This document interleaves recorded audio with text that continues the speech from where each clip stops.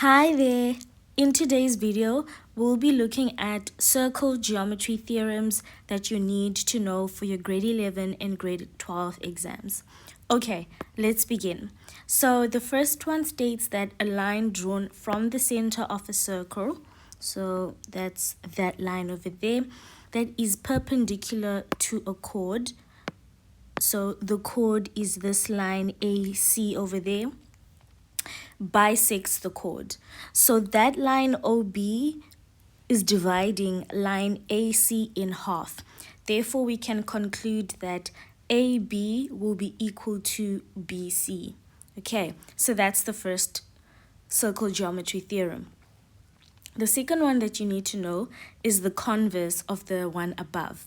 So it states that a line drawn from the center of the circle that bisects a chord is perpendicular to the chord.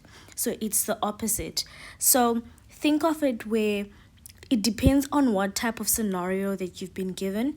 If you're already told that the line from the center is perpendicular to the chord, then the conclusion is that that chord is being divided in half.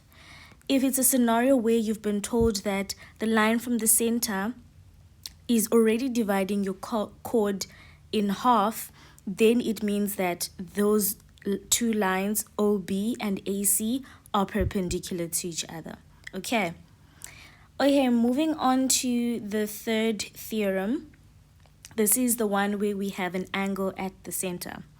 So I have two diagrams here for you. The one on the left over here, you have points A, E, C, and O at the center over here. And in the second diagram, it's A, E, C, but I added another point B over there, and O is still our center. So what this theorem states is that the angle subtended at the center is twice the angle subtended by the same arc or chord at the circumference. Okay, so looking on the left, what it means is that the angle at the center, it will be O1. This is the angle we're referring to. And then the angle that is half O1 will be the angle at the circumference, which is E over there. Excuse me. So therefore, we can conclude that O1 will be twice the size of angle E. Looking at the diagram on the right, if the angle at the center that we are looking at is this rather big one, which is O2, the angle that is at the circumference will be angle B over there. So I like to draw my arcs because it helps me to follow and see where I can expect the angle at the circumference to be, because as you can see in the second diagram, it can get confusing. So let's go back to the left. So here we are looking at angle O1. That angle is created, if I extend from point O all the way to A like that, you see that it is coming from the points A and C. So you can either draw like a dotted line to represent a chord like that, or you can just highlight the arc. So this is the arc over there. So you see that that's the arc. So the angle has to be on the opposite side of the arc, meaning that the angle at center has to be there. And we also see that angle E comes from those points A and C. So if I do extend from point E to A there and point E to C, you see that both O1 and angle E are coming from the two same points, which are A and C. It's just that one angle is being created at the center, whereas the other one is being created at the circumference. Looking at my diagram on the right over here, the arc for O2 would be all the way around there, which also makes sense why the angle has to be B.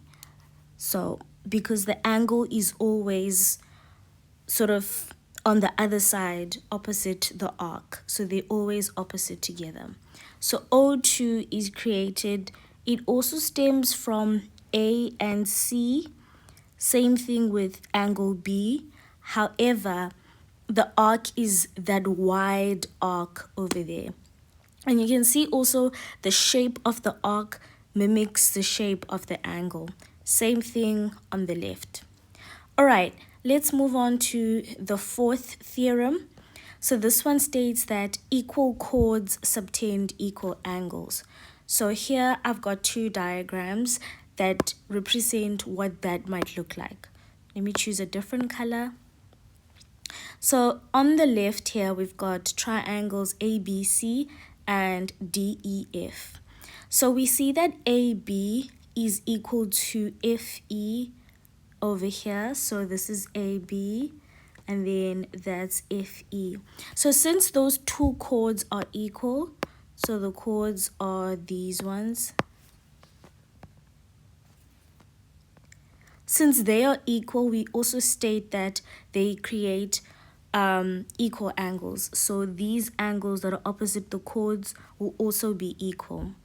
And on the right here, we have a scenario where the chords are basically, the other triangle is upside down. But that theorem still holds where these are the chords that are equal and then the angles that are equal to are those ones over there. So therefore, C will be equal to angle F. All right, moving on to the fifth theorem, it states that the angle subtended by a diameter will be 90 degrees at the circumference.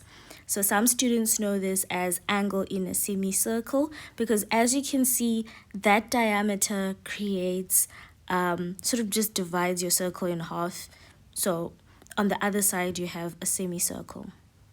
So what this means is it actually stems from the angle at the center, because if you look at angle O2 over here, it's 180 degrees. And according to the angle at the center theorem, the angle that is created at the circumference by that same arc or chord will be half at the circumference. So you see that if we then see that C is the angle that is created at the circumference, C should be half of the angle at the center.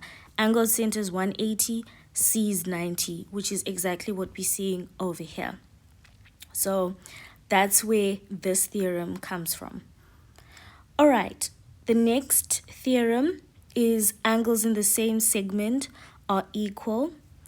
And this, you can also see that ABCD is a cyclic quadrilateral. And this is because all 4 points are touching the circumference of the circle. That is why the diagram here, we have a cyclic quadrilateral.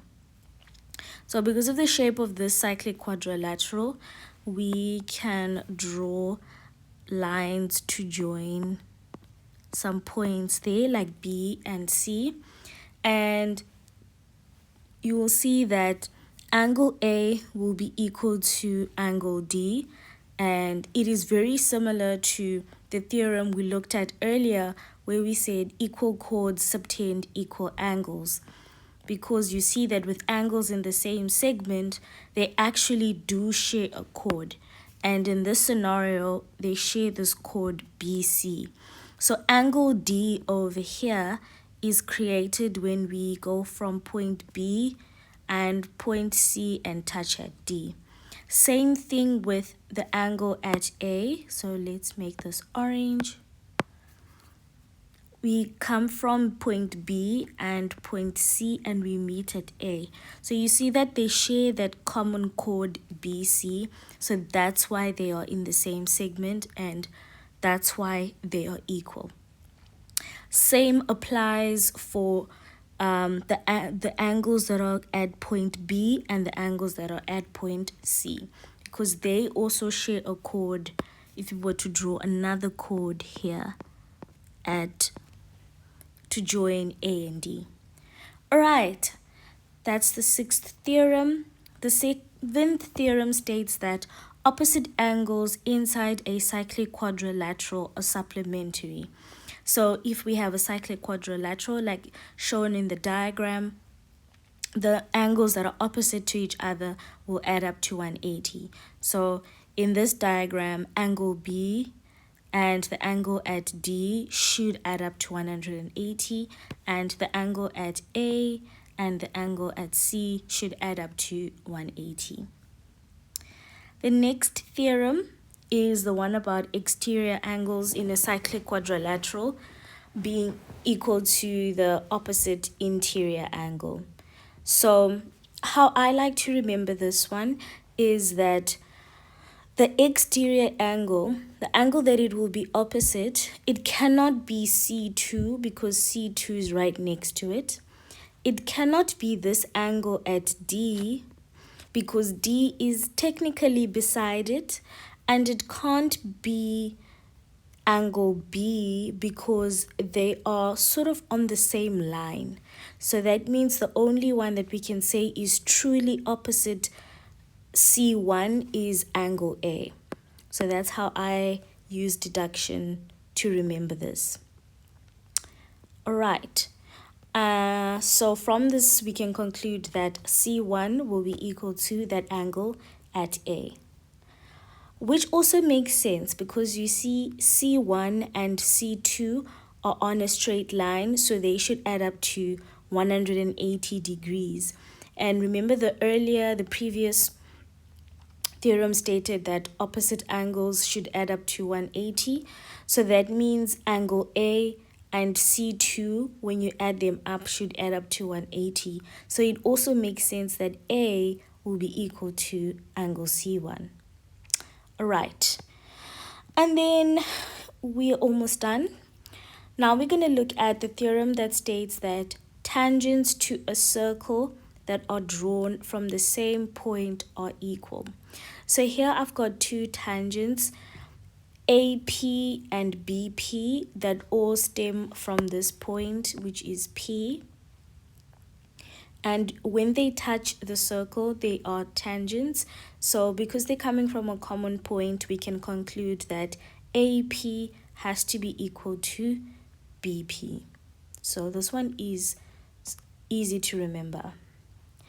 All right, the next few, I think this is the last two. So theorem number 10 states that a line or radius drawn from the center of a circle to a tangent will be perpendicular.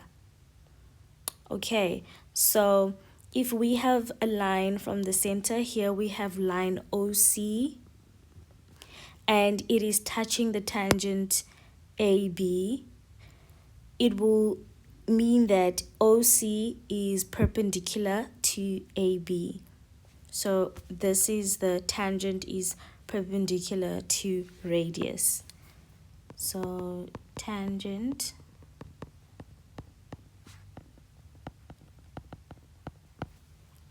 so that's that theorem. And then lastly is the tan chord theorem. So it states that the angle between a tangent and a chord is equal to the angle in the opposite segment.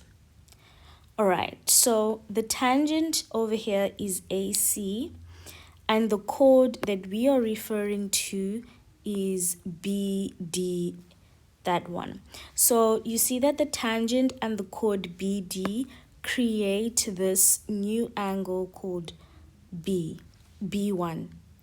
So B1 will be equal to the angle in the opposite segment, and again it can't be B2 and it can't be the angle at D, so it can only be the angle at E. So therefore B1 will be equal to the angle E. Same applies for the angle at B3. This one over here, it will be equal to this angle at D because that's the one in the opposite segment. And that's the tan chord theorem. So these are all the theorems that you need to know. I hope this video was helpful. Bye.